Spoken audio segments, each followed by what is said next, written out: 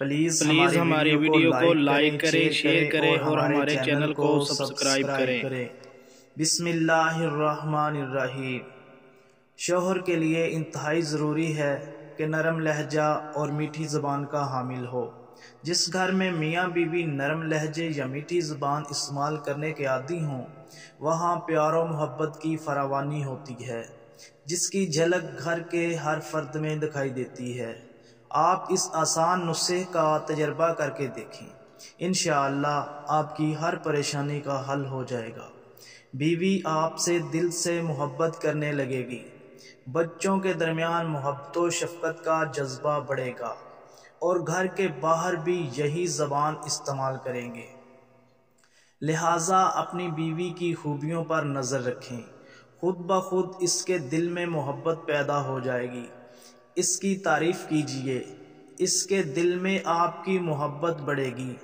اسی وجہ سے ڈاکٹر عبدالحی رحمۃ اللہ علیہ فرماتے ہیں، جس کے دل میں یہ احساس ہو کہ یہ بیوی کھانے پکانے کا جو کام سر انجام دے رہی ہے، یہ اس کا حسن سلوک اور حسن معاملہ ہے جو وہ میرے ساتھ کر رہی ہے، تو وہ اس کے کھانے پکانے کی تعریف کرے گا، اس کی ہمت بندھائے گا، اس کا حوصلہ بڑھائے گا۔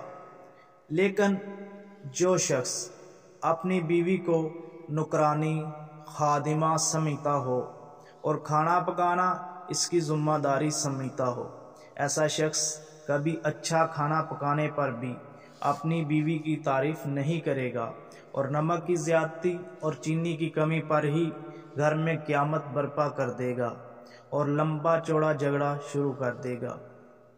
عورت فطری طور پر نرم دل ہوتی ہے، تھوڑی سی تعریف پر پھولے نہیں سماتی۔ آئندہ اسی کام کو جس کی تعریف ہوئی ہے اور اچھا کر کے دکھاتی ہے، لہٰذا ہر کام بیوی کو مثبت انداز میں سمجھائیں۔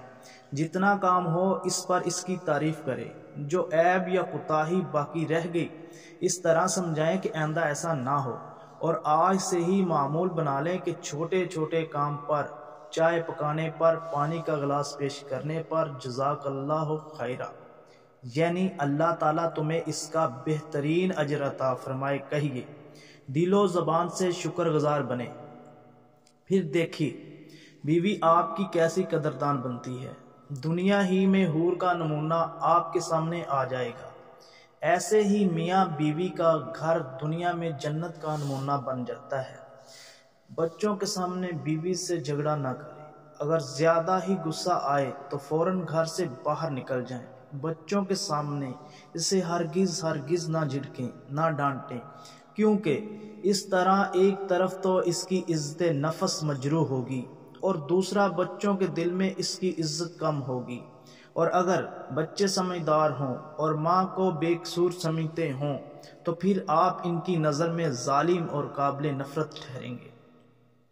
اور بہت سی ایسی فیملی جو اسلامی قوانین پر عمل کر کے خوشگوار زندگی گزار رہی ہیں، میاں بیوی میں اعتماد کی کڑی جتنی مضبوط ہوگی، ایک دوسرے پر جس قدر اعتماد قائم رہے گا، اسی قدر خوشگوار اور پرسکون زندگی گزرے گی، اور اس کے اچھے اثرات بچوں پر پڑیں گے۔ آقائے دو عالم صلی اللہ علیہ وسلم کا ارشاد گرامی ہے، ترجمہ: مومنین میں کامل ایمان والا وہ شخص ہے جو اپنے اخلاق میں سب سے اچھا ہو، اور تم میں سے زیادہ بہتر وہ لوگ ہیں جو اپنی بیویوں کے لیے سب سے بہتر ہوں۔ امام ترمذی فرماتے ہیں، حدیث حسن صحیح ہے۔ باب شوہر پر عورتوں کے حقوق کے بیان میں دوسری حدیث یہ ہے: دنیا ساری کی ساری پونجی ہے، برتنے کی چیز ہے، لیکن ساری دنیا میں سب سے بہترین قیمتی چیز نیک و صالح عورت ہے۔ قربان جائیں آقا کے ارشاد پر۔ بہترین اور قیمتی چیز عورت کو بتا کر اس کی عزت و وقار میں 4 چاند لگا دیے۔ یہ ہیں عورتوں پر اسلام کے احسانات۔ آقا صلی اللہ علیہ وسلم نے فرمایا، جس عورت نے اس حال میں انتقال کیا کہ اس کا شوہر اس سے راضی ہو اور خوش ہو تو وہ جنت میں داخل ہوگی۔ پلیز اگر ہماری یہ ویڈیو آپ کو اچھی لگے تو پلیز لائک کریں، کمنٹ کریں، شیئر کریں اور ہمارے چینل کو سبسکرائب کریں۔